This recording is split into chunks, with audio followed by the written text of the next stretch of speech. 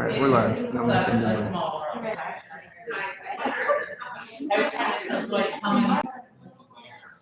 I'm gonna.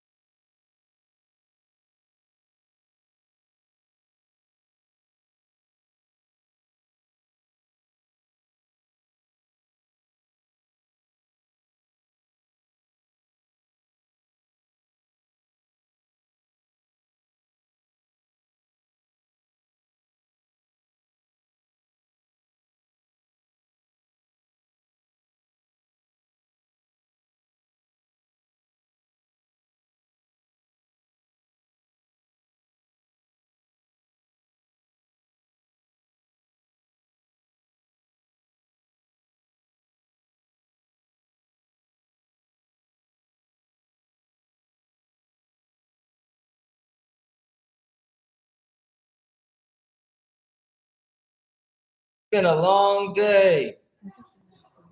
But are we ready? I was No. gonna do a separate activity. Please All do right, we tell them separate. that we're gonna start. The camera or the folks out here? The Please camera. tell the camera. Yes. We're gonna get started very soon, everyone.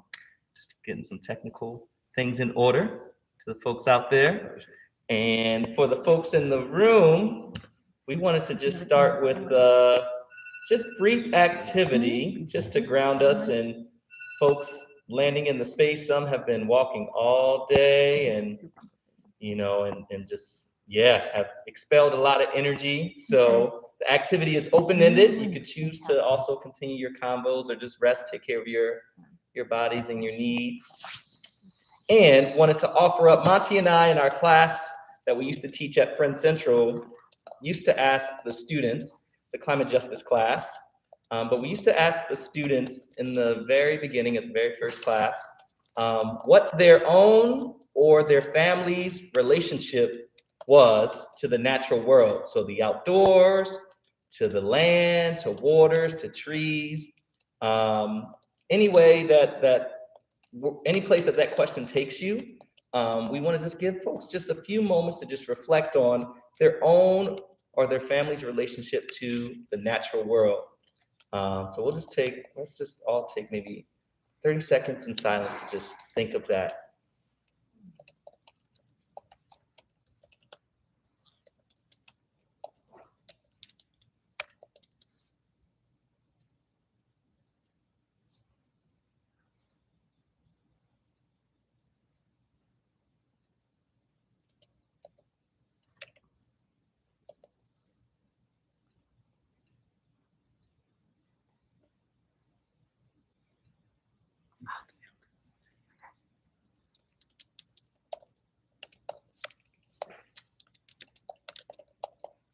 So with you now maybe having conjured up to the top of your mind a moment or a memory or memories, we want to invite folks to find a person next to you and just do a little bit of story share. It's going to be brief, just about 90 seconds, but anything from just reflecting on your relationship to the natural world or your family's relationship to the natural world. And then we'll come back and harvest a few things. So ready, go. Sure. I don't remember either, sure. For me was my father's unhappiness in the suburbs, and so Yes. they bought an old farm in Maine. And Yeah.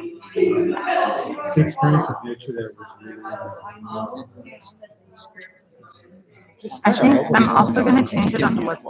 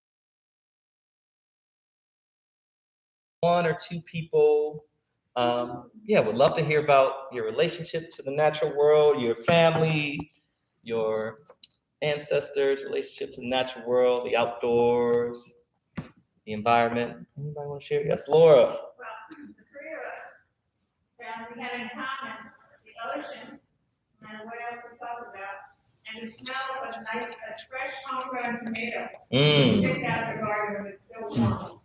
So we had other things, but we shared that in common. Wow. So we had the ocean and the smell of fresh grown tomatoes. Beautiful. Beautiful. Anybody else? Any images came to mind? Christy.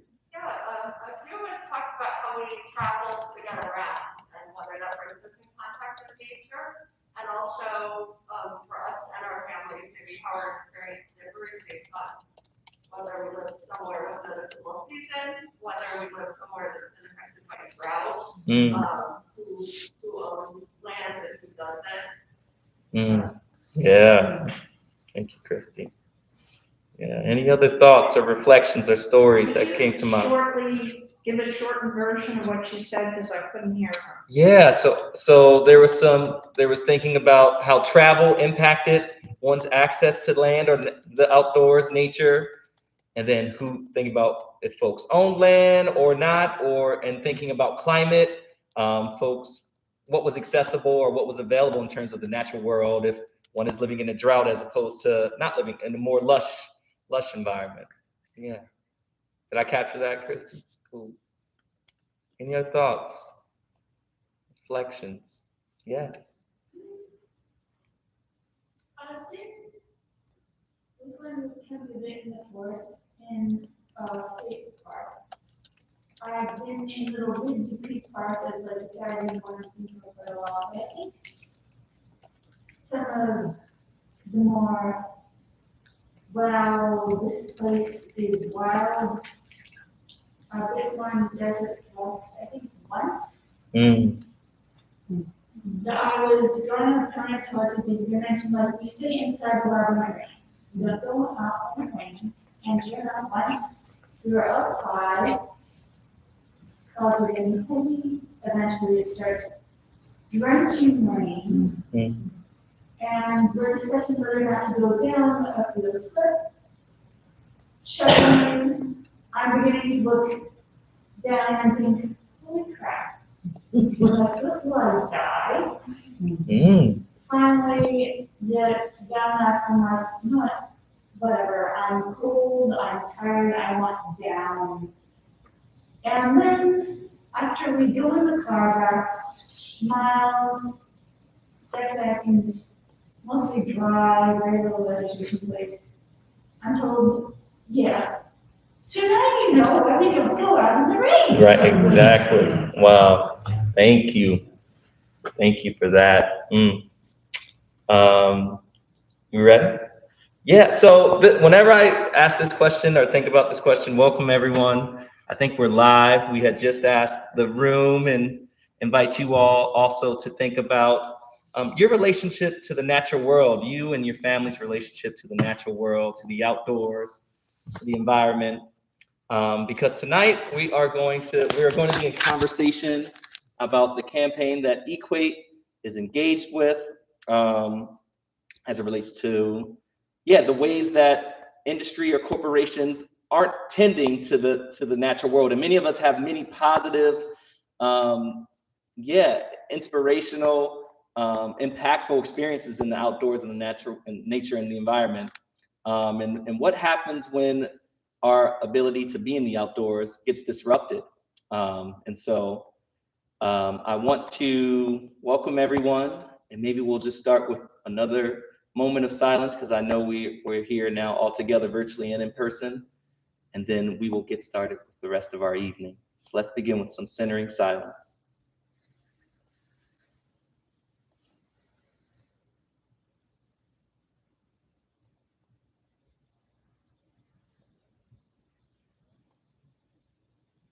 Thank you, friends.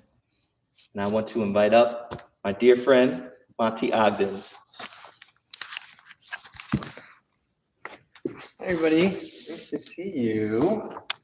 I had to give a talk a few months ago, and I didn't end up saying this thing that I'm about to say in that talk, but I got really hooked on the idea of wanting to say it, and I realized after a while it was more mantra for myself. But climate change, climate crisis, climate injustice has asked me repeatedly, and I think has asked all of us to do things that are brave. And if it's brave, often it can be a little bit scary. And so I've started to use a little bit of a test for myself, which is that if I do this thing and it's mediocre or even like really low quality, and then 20 years later I talk to myself again to ask like, hey, are you glad you tried that thing out in the name of this this global injustice? If the answer is yes, I'm really glad you tried, then I'll do it. And so that's my little trick for myself. So if it's useful to you, I recommend trying it out. I'm here tonight because I'm a teacher at Friend Central, along with Anna Shaw and previously Dwight Dunstan. And I've actually had the pleasure of teaching with both of them, not just as colleagues, but literally in the classroom together. And that's another way in which, the three of us have done brave things together, specifically a humanities class on climate change.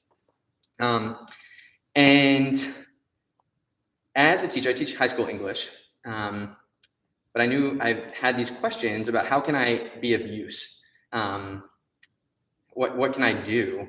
Eventually, it started to occur to me that maybe there was space in my classroom to do that. There was a professor I had read about at Oregon named Stephanie Lemonnier, who was starting to bring in literature and art into her classes to help her students confront and make sense of climate change. And it's like, that's amazing. I want to go take her class. And it probably took me a month to realize, middle of the night situation, suddenly like, oh, I don't need to take her class. I mean, I probably should, but I could just start doing that. I could try to bring it into the classroom.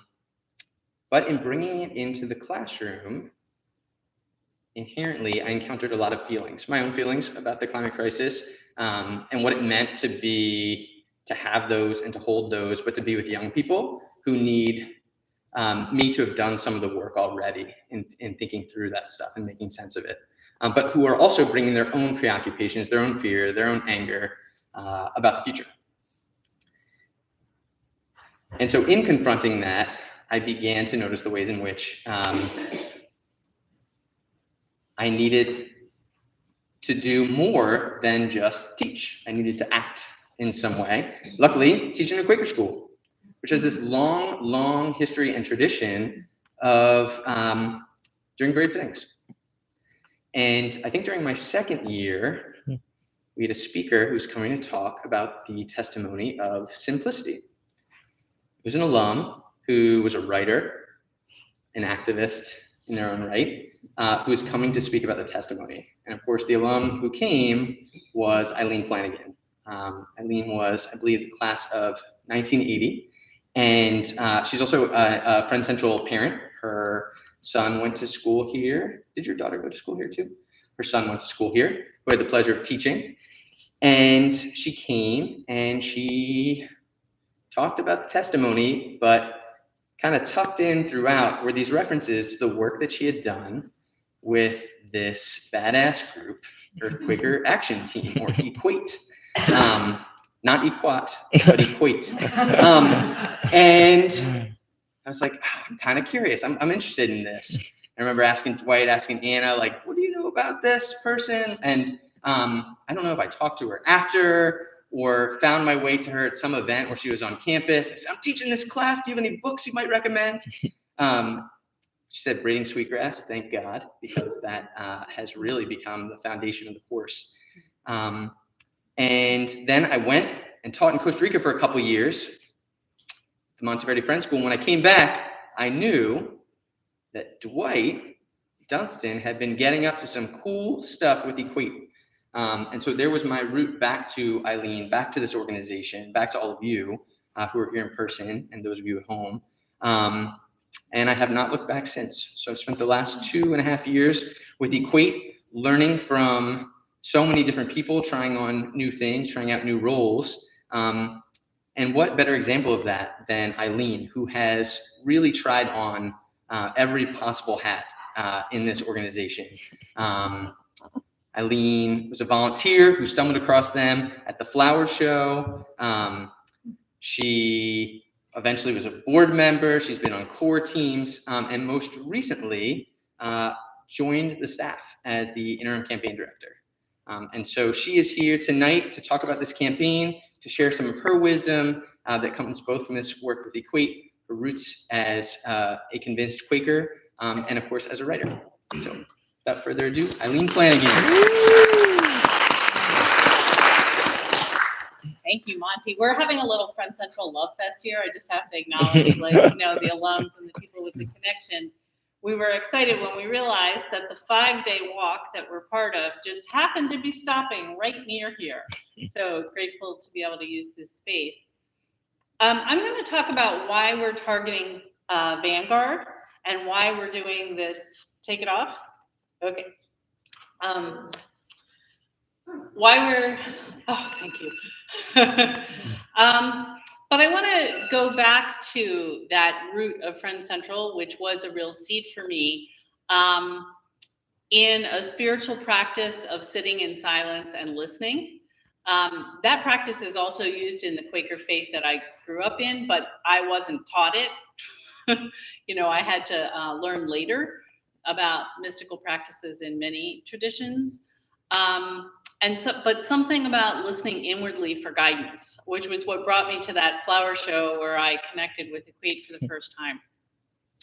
There's also something about acting from a place of spiritual grounding that didn't have to be in conflict with logical thinking. I had been to, like a lot of anti-war protests, honestly, that really took the juice out of me, because all we did was stand on the street corner with a sign. And even my daughter, who was like 5 or 6 before the invasion of Iraq, I remember one of these peace things we went to, my daughter looked up and said, "Mom, this is not going to change George Bush's mind. Can we go get ice cream?" So for a long time, that's what I thought spiritual activism was, like not caring whether you win or lose. And that didn't feel right for climate change, especially as a parent, especially the more I learned about what it was actually going to mean for human beings and for other species. And so I had this growing sense of like, I need to do more than carry my reusable water bottle, which I always lose anyway. Like, and so it really was coming to Equate and understanding that we could combine strategy and spirit. And be very grounded and also learn from history about what works. So that's the lead into why Vanguard, because one of the things that works is looking at who has the ability to make a major change, but also what is our ability to impact them. And a lot of what I was taught was, well, it's just politicians, they have all the power. But you know what? They do. Look what's happening in Congress. We can't even get basic climate legislation through. And when you look at how many politicians get money directly from the fossil fuel industry, it's more and more clear that we have to challenge the companies that are profiting from this system and not just wait for politicians to do it when they're, you know, dependent on their campaign funds for these very same companies. So Vanguard is a great example of an institution that is both susceptible to pressure and incredibly powerful. Who knows off the top of their head how much money Vanguard manages? The statistics, 8 trillion, more than 8 trillion with a T. I was trying to figure out how to describe how much money 8 trillion is.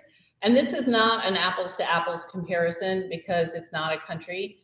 But if you were looking at GDP and looking at 8 trillion as an annual gross domestic product, that 8 trillion would make you the 3rd biggest economy in the world, only behind the United States and China.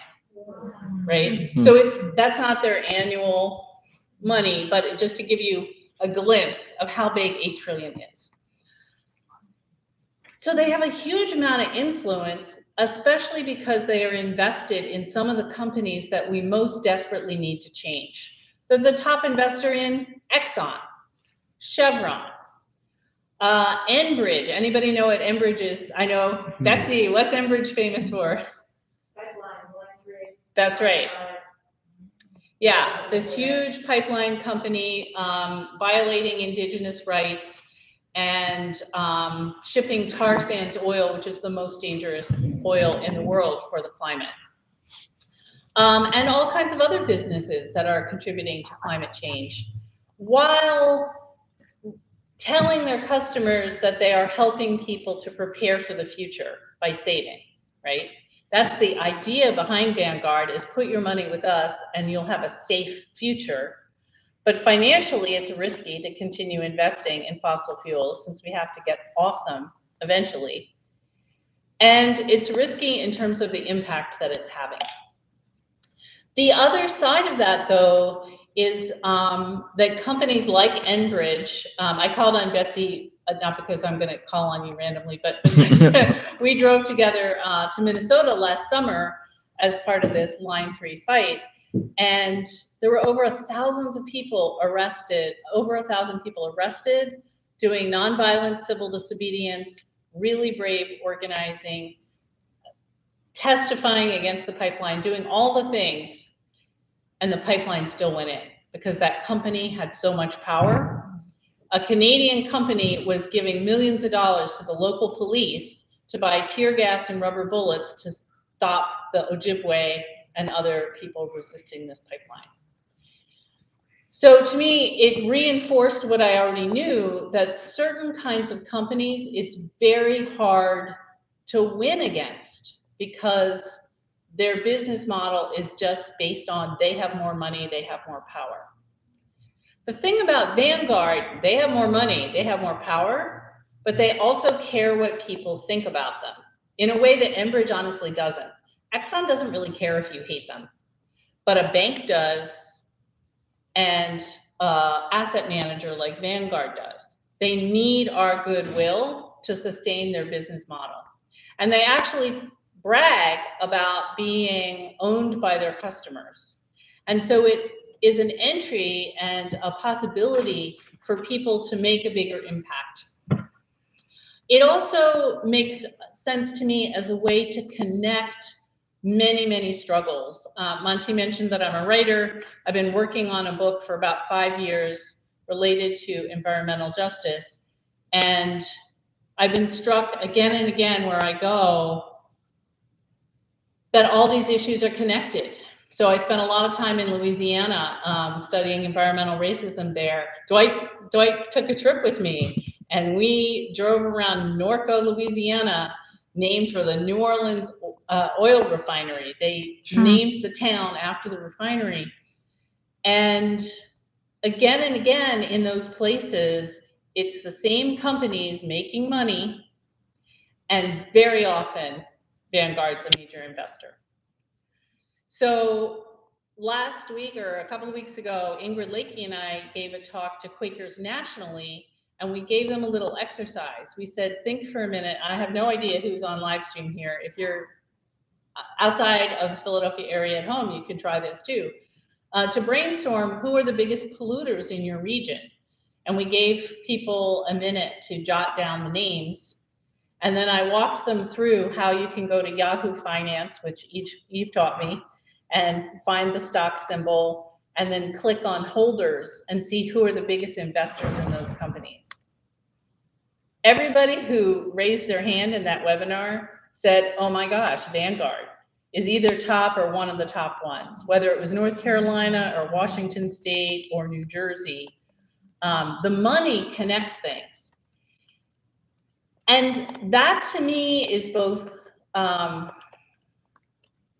well, it's frustrating and sickening, but it's also encouraging because money can move faster than other things, right? It's really hard to stop a pipeline once it's flowing. It's really hard to stop the coal plant or an oil refinery once it's up and running. But financial institutions move more quickly. And actually, after the Russian invasion of Ukraine, Vanguard announced it was going to pause buying Russian oil. They were the biggest in that too, biggest investor in Russian oil. And to me, it was a great example of how they can make different choices. When they know that the world is watching them, they can make different choices. So that's what we're doing on this 5-day walk. And I want to shout out to everyone who has walked. Raise your hand if you've been walking. Awesome. And also shout out to people who, yes, all right, hands. Also shout out to people who came to hear about the campaign.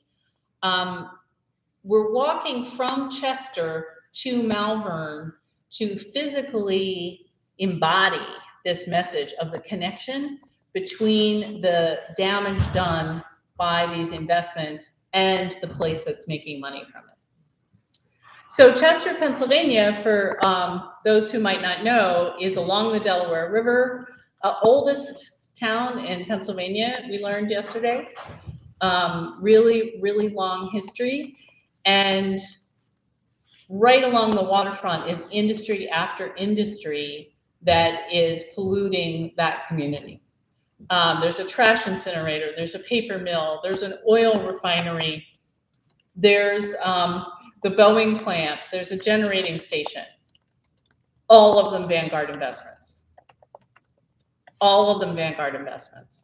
And even the one that's owned by the government, there's a private company trying to take it over that is a major Vanguard investment.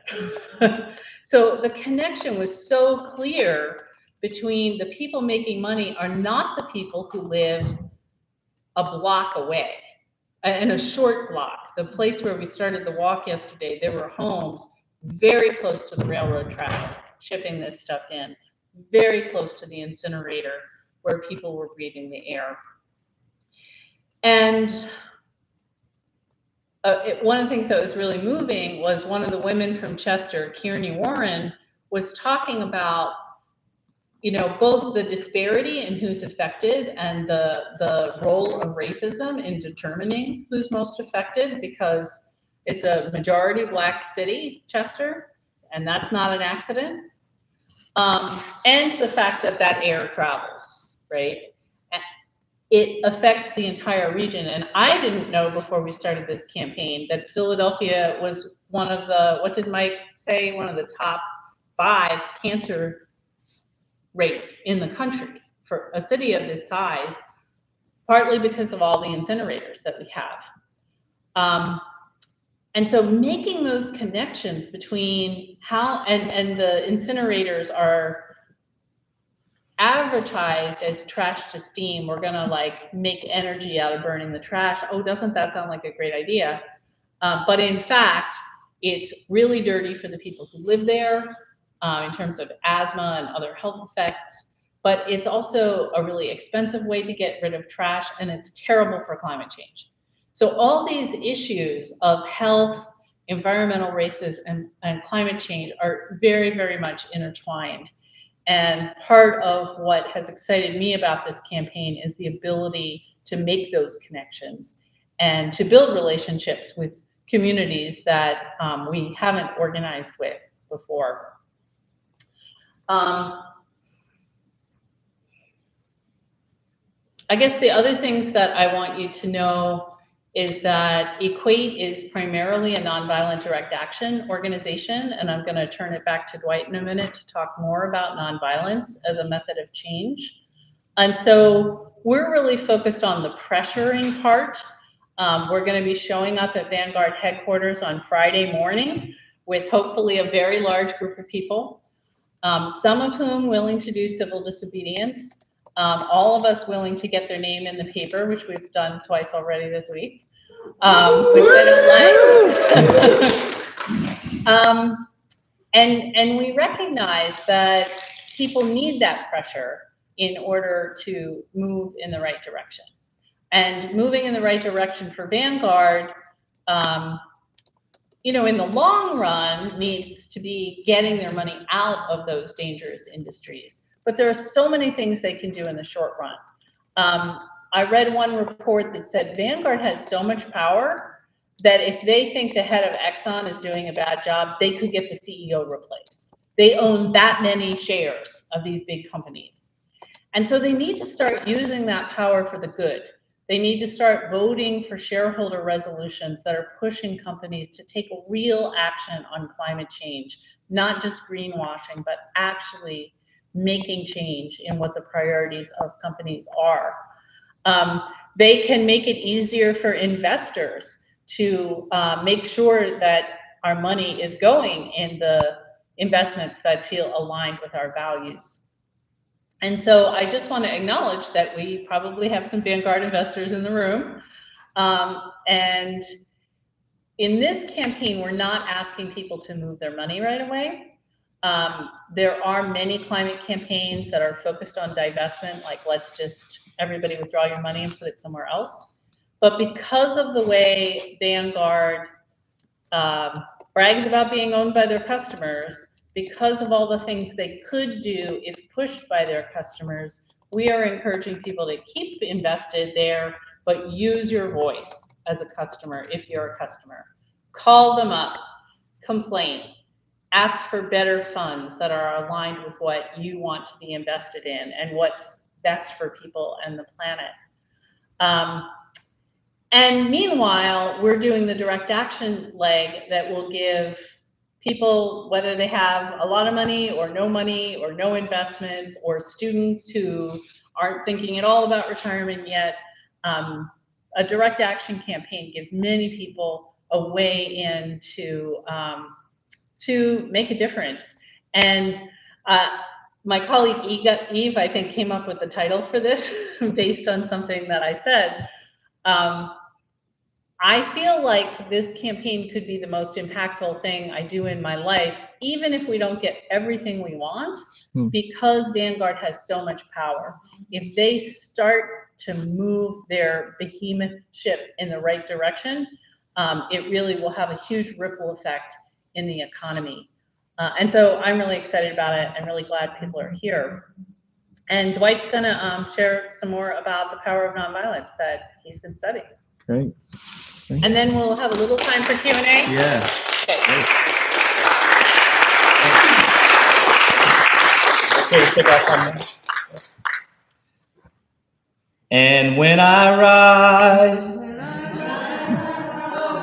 let me rise up like a bird, joyfully. And when I fall, let me fall down like a leaf, gracefully. We're just doing a little singing, y'all. This is something that helps us keep our spirits up, keep our energy connected and grounded. So maybe out there you were joining us in your living rooms, but singing has always been a part of movements and movement work. So I wanted to just talk very briefly about nonviolence. And I'm actually going to ask folks 30 seconds. You're going to just turn to the person next to you, and you're just going to tell the person next to you what you know about nonviolence. When you just hear the word nonviolence, what comes to your mind? All right, 30 seconds. People online, just take a little time to yourself. Think about when you hear nonviolence, what comes to mind? I'm going to say gun. And Martin Luther. I'm going to say it really speaks. You can notice it. It's not something that they want to get into an argument with. Puts you on the moral high ground.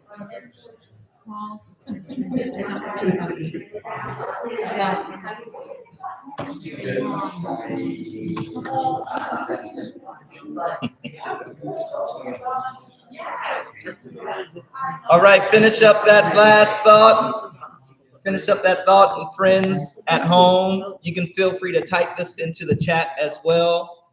But would love to hear just maybe one or two reactions or reflections. When you hear the word nonviolence, what comes to mind? What comes to your mind? Yes. He said, it's something you can't argue with. It's something you can't argue with. Wow. Wow. I like that. Anyone else? Anyone else? When you hear the word nonviolence, what comes to mind? I feel like we're here in the school. Like moving from, I think some other philosopher maybe reading on, but it could be wrong. Yes. Gandhi to Martin Luther King, civil rights and anti-war to environmental stuff. I know at least one person, it did not get approved, at least. I'm not sure if it actually got canceled, but I remember the news being ashamed that I didn't go. When Mom was worried they took me in the loony bin if I got jailed because police had sent me. Kids turn cold when I walk across the highway. I know walking. Right, so I hear some direct action in there too. Yes. Some nonviolence. I heard King, I heard Gandhi, I heard others, civil rights movement. So thank you for that reflection. When I think of nonviolence, or actually what I've been studying of nonviolence, I've been studying a very specific kind of nonviolence because there's many different kinds. And I've been studying what's known as Kingian nonviolence. So that is in the legacy of those folks who, during the freedom movement, King was one of the big leaders, but we know there were so many other people. Some of the people I've learned about, Septima Clark, Esau Jenkins, Dorothy Cotton, Diane Nash. There were so many people involved in using nonviolence and this, what's known as not only a philosophy, they called it the will and the skill. So the will being this philosophy, this belief that it's not individuals that we're battling against, but we are thinking about systems. We are thinking about the ways that systems and things in place corrupt the individuals. So when talking about Vanguard, we know that there's people in power at Vanguard, individuals in power, and those people that are in power are actually beholden to this bigger system that says it's okay to destroy the environment, right? It's a mindset. It's a part of the culture. And nonviolence, historically and today, can be this way where we cut through the narratives around things like it's okay to treat the environment the way we want to. Are people individuals based off the color of their skin? Are there access to wealth? Those kind of things. We can cut through that. And actually, if we can position the problem and amplify it enough that more people get involved, that we can actually cause these big corporations to actually shift and do the right thing. So we have seen this a lot throughout history. And there's one quote that I love by Kazuhaga, who was one of the teachers of nonviolence, my nonviolence, Kingian nonviolence course. He said, nonviolence is not about what not to do. It is about what you are going to do about the violence and injustice we see in our own hearts, our homes, our neighborhoods, and society at large. And certainly being here at, being amongst Quakers, being connected to here at the Quaker School and Earth Quaker Action Team, it's very much in the tradition of nonviolence. Quakers many Quakers believed in nonviolence as a way to speak to and interrupt the injustices that they were seeing. So I really hope that just as we're moving in relationship to one another, as we move day by day in this walk, literally physically move for those of us who are out there, I'm just really thinking about the spirit of nonviolence and the history of nonviolence as a way to not only transform society, but transform ourselves. Having been at the march yesterday, so powerful to see people connecting across racial lines, across geographic lines. And nonviolence really has the power not only to transform the society at large, but actually in our relationships, transform ourselves. So I just wanted to drop a little bit about that. And I think we're going to take a little Q&A. Now, any questions for Eileen, or Monty has spoken as well, or myself? Well, we want to open the floor for that. I should say Anna has a closing song for us as well. So. Oh, great. Right, one time I was making a flyer or something, and I put non-dash violence, and you were like, no. Tell me more. Yes. So in Kingian nonviolence, the dash, we say that the story that gets often told is that there's an argument happening across the street. You see the argument happening, and it's amplifying, it's getting louder. And one might argue that not intervening in a big argument across the street is nonviolence. I don't want to intervene, or I don't want to have to physically push people, separate people, like to put my hand on someone to separate them. would be technically nonviolence. In Kingian nonviolence, we would say that that's where the hyphen comes in. It's this idea that sort of standing back and letting something run, even as there's injustice or confusion, that is an act of nonviolence. Once again, the quote is asking, like, what will we do when we see there's an injustice, when we actually see that there needs to be something from the outside that intervenes to stop harm, to stop violence from happening.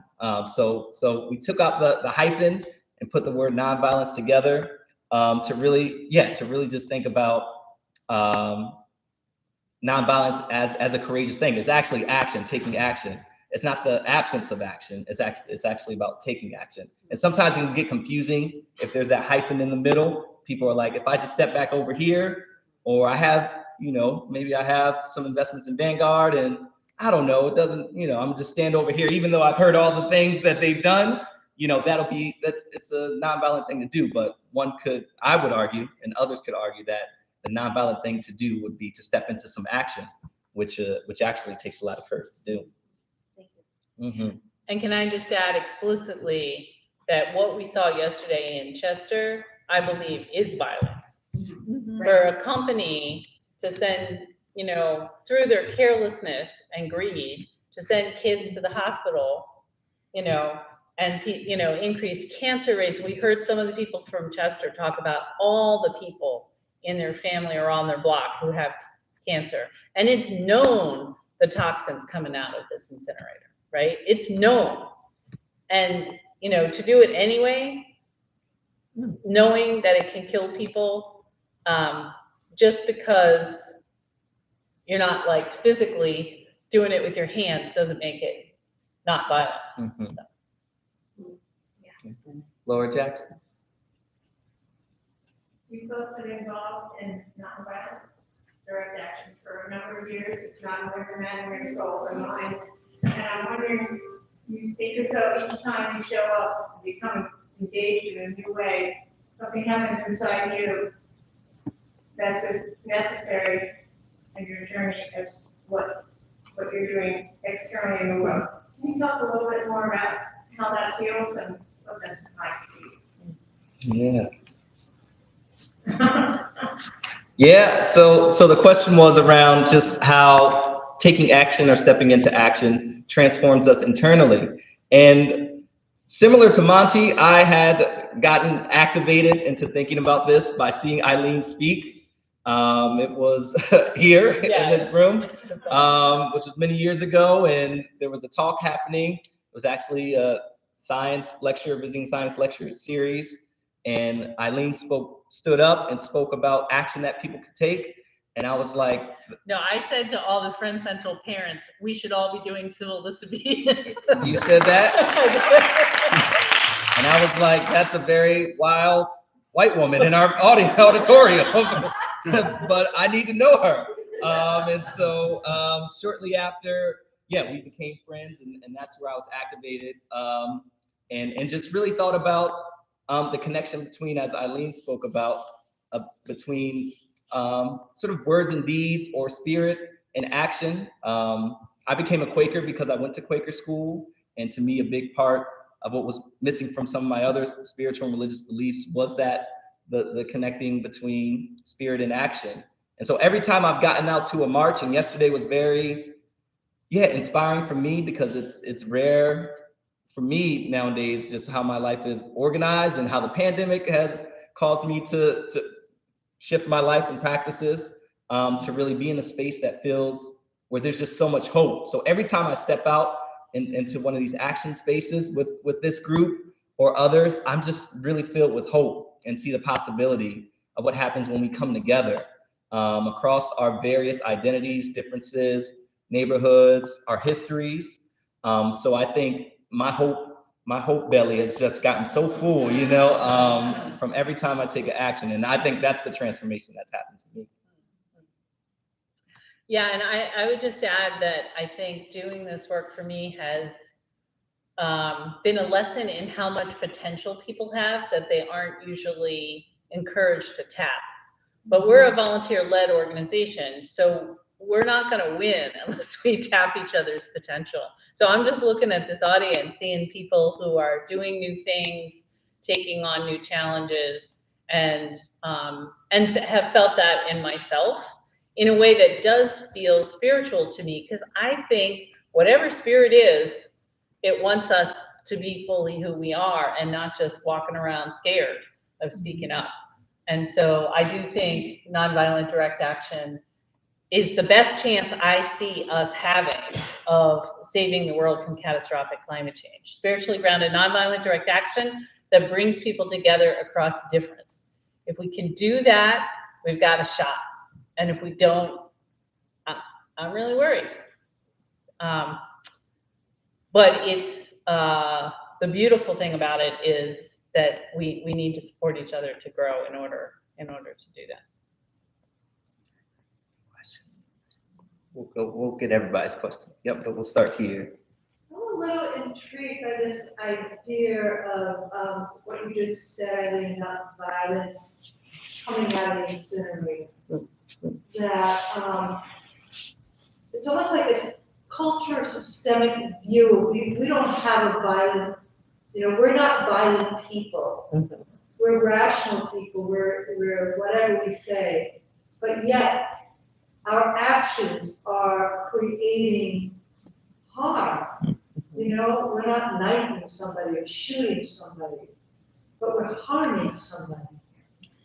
And so I'm holding that. I'm also holding so many people that feel they don't want to go out in the streets. Mm-hmm. They're not that kind of a protester. They want to pray, or they want to change their thinking, or they want to change consciousness. And how do we motivate people to take that risk and see the importance of standing up and taking action, because there's so much violence out there? That's a great question. I'm not sure there's one answer. I'm not sure what motivates you will be the same thing that motivates someone else. But I think that Dwight started us by remembering childhood experiences of nature. I think that's something that, works in any audience, right? Like everybody has something that we can draw on. Everybody has people who they love and connecting it to that. So when I did this exercise with National Quakers and said, think about the biggest polluter in your area, it was a way of connect it to home, because climate change is so big and abstract. For me, it was a big abstract thing that actually moved me to action. But I know it's not the thing that works for everyone. And some of you have maybe heard the story that I was in the Peace Corps in Botswana in Southern Africa in my 20s after college. And I happened to be talking to a friend in Botswana and said, oh, how's the weather? And she said, oh, it's 45 degrees Celsius. Mm-hmm. Right, and I'm not a scientist, but I'm like, I'm pretty sure that's really hot, it's 113. Yeah. Which was an unusual high when I was in the Peace Corps, and now it's normal. And in fact, she just wrote on my Facebook page, yeah, it hasn't rained at all here. So I started learning about this country that I loved. I really loved living in Botswana. And then I read this statistic that 180 million people in sub-Saharan Africa are predicted to die from climate change this century if we don't change course. And I just was like, that's 30 Holocausts. That is violence, but it's not violence by individuals. It's not like we should all feel really terrible when we drive home tonight. That's feeling terrible about that isn't going to solve it, but figuring out how can we intervene in this system that's fundamentally violent. I still carry my reusable water bottle. I still lose it, but I now think of that as like a spiritual practice rather than a change strategy. Mm-hmm. Like me doing my little thing isn't going to save anybody, but it is a way of me being in integrity that does feel important. Right. But we have to work together if we want to take on the bigness of the system. Yeah. Actually, several, don't point at me, I'm in third in line. Okay. I wanted to ask Eileen, I think primarily, when you all did the PNC bank campaign, you campaigned to get the bank to divest from, Mount Apple, right? Yeah, Stop financing Mount Apple. right, stop financing, right. Okay. So, I know you all consider this really seriously, so I like, and I know what you said earlier, but why, in terms of this campaign against Vanguard, are you not calling upon Vanguard to like stop financing coal and oil and gas and so on? Because I gather that that's not right now what you're calling for. It's the long-term goal, to be honest. Vanguard is so heavily invested in such major parts of like, I think the economy would collapse overnight if they did that tomorrow. That's true. What we want them to do is do it in a responsible way at all deliberate speed. They have signed this pledge that they'll be net zero by 2050. And net zero is this really vague term that is not, there's a bunch of ways that you can act like you're doing something without really doing something. So part of what we are saying is you must do it much more fast than 2050, but we know that you can't just pull out of all these things tomorrow. Whereas PNC, it was a small percentage of their business that was in mountaintop removal. Mountaintop removal had been challenged for a long, long time by people in Appalachia. It was an easier specific thing. But I will say, and it relates to the talk some of us heard last night, this tradition, like the civil rights movement, used very targeted campaigns with specific demands. Desegregate the buses in Montgomery, desegregate the lunch counters in Greensboro or at Woolworths, right? Even though that was just a piece of this big system, they picked pieces that could help unravel the system and could reveal what was wrong with the system, right? If you get beat up for ordering a cup of coffee at Woolworths, that just shows how messed up the system is, right? So I think Equate really is very much in that tradition of picking a specific thing to campaign on, while also understanding we need to make bigger change than that. And so part of what's challenging about Vanguard is they are so much the system that there really are specific asks of them, but it's over time, like what you can do right now this shareholder season and what we need you to do over the coming decade. Yeah. Just the image that came to my mind, you said, is it $8 trillion, $4 trillion? 8 trillion, over 8 trillion. 8 trillion. So, right, just to think about, you had the GDP example, and for the people out there, 1 million seconds is 11 days. 1 billion seconds is 32 years. 1 trillion seconds is 31,000 years. So just like the vastness, like $8 trillion, just to think about, try and wrap that in your mind, like it's hard to fathom that level of, just that level of money and wealth and the way that moves. So, right, it's huge, as Eileen said, and the hands that Vanguard is in are the ways that it invests in different, different things all over the world. Like it's hard for the regular individual, just me, I'll speak for me, to imagine. And so to get an organization or a business to shift, hastily, but thoughtfully and mindfully also, it's this sweet spot that, once again, I feel like we and others are trying to navigate, navigate and be intentional around. But I will say a side effect of that PNC campaign, it was one of the early campaigns going after banks financing fossil fuels. Since then, there are now 30 major banks using their power as banks to pressure coal companies to change business, which we couldn't have foreseen 10 years ago, So I think it is being shown that these financial institutions, which are invested in lots of things, not just the bad stuff, they have a vested interest in moving the economy in a better direction. Not as better as we would like, to be honest. They're pretty happy with like the rich being rich. But in terms of like the climate change and the environmental legislation, injustice, I mean, Vanguard even said in the Inquirer article Monday about our campaign that they recognize climate change is something you have to deal with. So. I'm looking at the clock. Yeah. I'm glad somebody is. 8:10. Any last burning? Yeah. Yes. Speaking to Lynn's comment, it seems like one of the greatest motivators of customers of Vanguard, and we would hope of this campaign, is self-interest. And I'm interested, and this is why banks are working on coal companies, not because they're concerned about the climate, but because they see that that's a bad place for their money to go, and they want to get out of coal. And so I'm wondering how this campaign is factoring in the self-interest of all those Vanguard.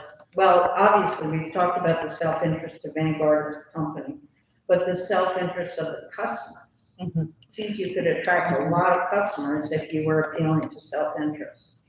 Yeah, that is such an interesting question, and I struggle a lot about how much to appeal to self-interest and how much to, I think there's a limit in how far that will get us, and I also think you're right, that there's some strategy in there.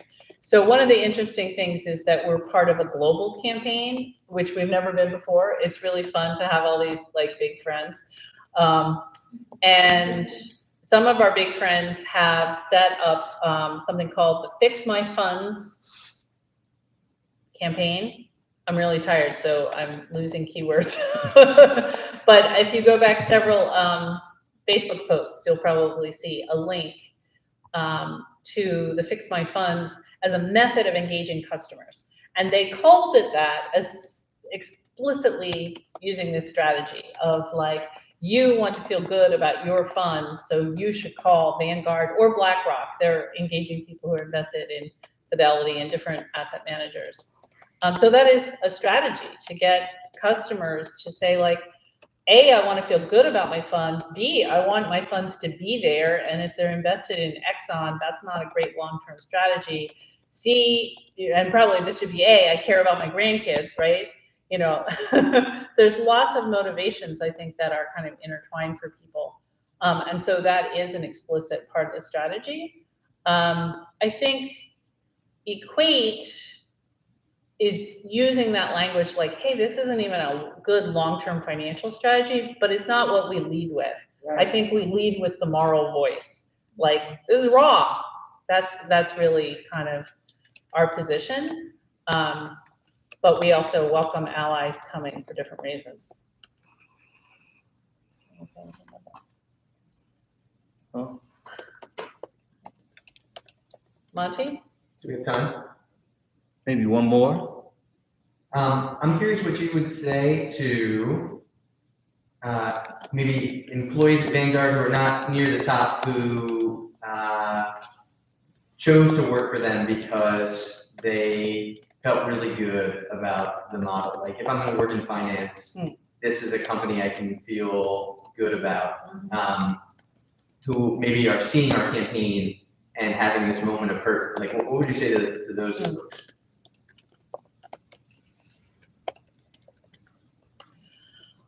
Well, first of all, we've heard that there's real debate within Vanguard. Vanguard was founded with this mission of making investment available to a broader array of people. You know, that it shouldn't just be the super rich who can afford to buy stocks and bonds.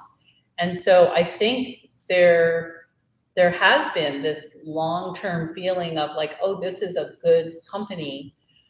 We've heard that in, say, the last decade or so, like, that feeling has shifted. Like, there is a lot of dissension among employees that the company just cares about money, that kind of sense of the common good isn't there in the same way. And there's been customer complaints about things. And Eve's probably read more about this than me if you want to say anything about it. The other thing I guess I would say, if people feel uncomfortable, I think it's okay for people to feel uncomfortable. I just told you 180 million people might die. If we're not feeling uncomfortable, we are not facing what's happening in the world, right? But that's different than demonizing people, right? And so to me, the trick is how do we challenge this company and recognize that they are humans in a very messed up system. And Tim Buckley, the CEO, has a huge amount of power, huge amount.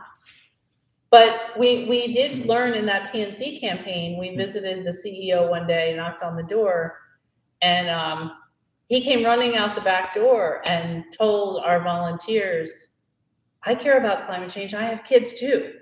It was the first thing he wanted them to know. I read your blog, I have kids, right? So there's something about how do we speak to that human part, but not be naive about it. I remember hearing about in the 60s, people really wanted to pressure, was it Robert McNamara? Like if we just convince McNamara that the Vietnam War is wrong, then we'll have won. Well, McNamara knew that the war was wrong. It turns out Johnson knew the war was wrong, and they carried on, and eventually McNamara just quit.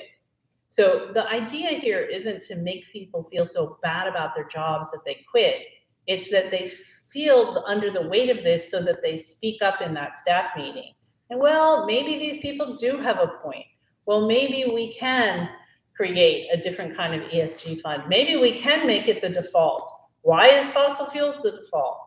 Why aren't we voting on this shareholder resolution? Like, so Monty, just to go back to where we started, talked about courage.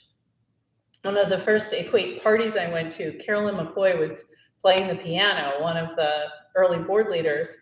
And I said, oh, that was great, Carolyn. And she goes, oh, I'm terrified of performing in public. But I realized that we're going to have to do scary things to solve climate change. So I'm trying to do scary things whenever possible. And I was like, who are these people? So I want that for the Vanguard employee who's looking at their kid at night when they tuck them in and thinking, maybe I need to speak up more in that meeting. Yeah, Why don't you close that's it out? great. Yeah, no, that was brilliant. And I appreciate the question too, Monty. It just made me think about, I mean, each of us in here, I mean, we're in here together, we're in this room on the computer together. And I just think about when I feel like I need to move on something, or I feel maybe some internal shifting. One of the two things that I like to do is really sit with those feelings and connect with somebody that I trust to share those feelings. And I think we used to do this all the time in our class with young people, and talking about climate change with young people, they just really give you what they're thinking. They don't code it, they don't hide it. They're much more skilled at keeping it real than adults. And but we taught them to find resource in one another and to really look at one another as points of connection that could actually hold what they were feeling and what was happening for them. And if somebody at Vanguard is watching this and they feel something in them shifting, I think it's a beautiful, beautiful opening to connect and actually share that, because these things happen inside of it. And I'm getting emotional because it's like these things happen and we isolate ourselves in the shifting that's happening internally. And so then the system and things can continue to just go as they are. But I think the elevation and evolution of humanity is going to depend on how well we're able to connect when we're shifting internally. And so that would just be to that Vanguard person, just connect, sit with it, connect with one of us. We would love to be in conversation about that internal shifting that's happening for you. I feel like we should have a big banner on Friday that says, work for Vanguard, call this number. The banners are painted, but maybe next Right. I like it though. They do. They recruit from a lot of local colleges, including Quaker colleges. And so speaking to future employees is a potential strategy. Yeah. So Should we close with I some think we should silence? close, yeah, and just gratitude for everyone coming. Some of you I know are very Oh, tired. Anna. Anna's gonna leave some. Oh, Anna's gonna leave, okay, great. Anna's gonna close us out. Let's give it up for ABS. Anna, Yeah, go! thank you, everybody. You want some company up here? Sure, yeah. This is like a little dream come true happening right now. For anyone who doesn't know, Equate does a lot of singing. And as someone with not a good voice, but who loves to sing, it's always so wonderful to go to Equate Actions and really ground ourselves. And so this song is about truly grounding ourselves. It's something I learned in Quaker meeting growing up. And we'll only sing the chorus because some of you have walked many miles today. Everyone's probably tired. Your belly's full of hope. You're ready to go dream some dreams of change. So I'll sing the chorus to you, and then maybe we can go through 3 times after that.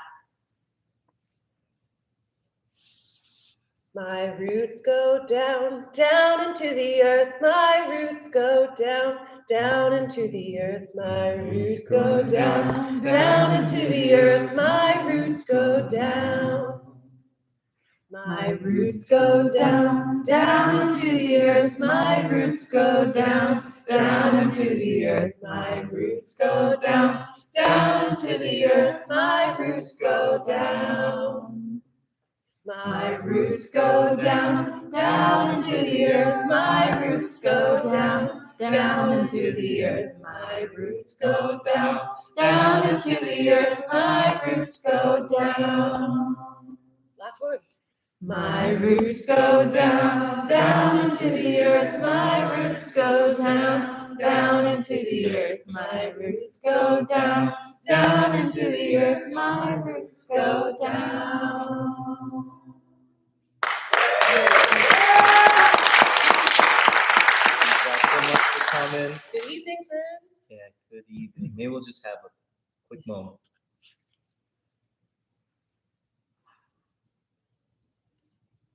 Have a good night, everyone. Thank you. Thank Thanks, you. yeah.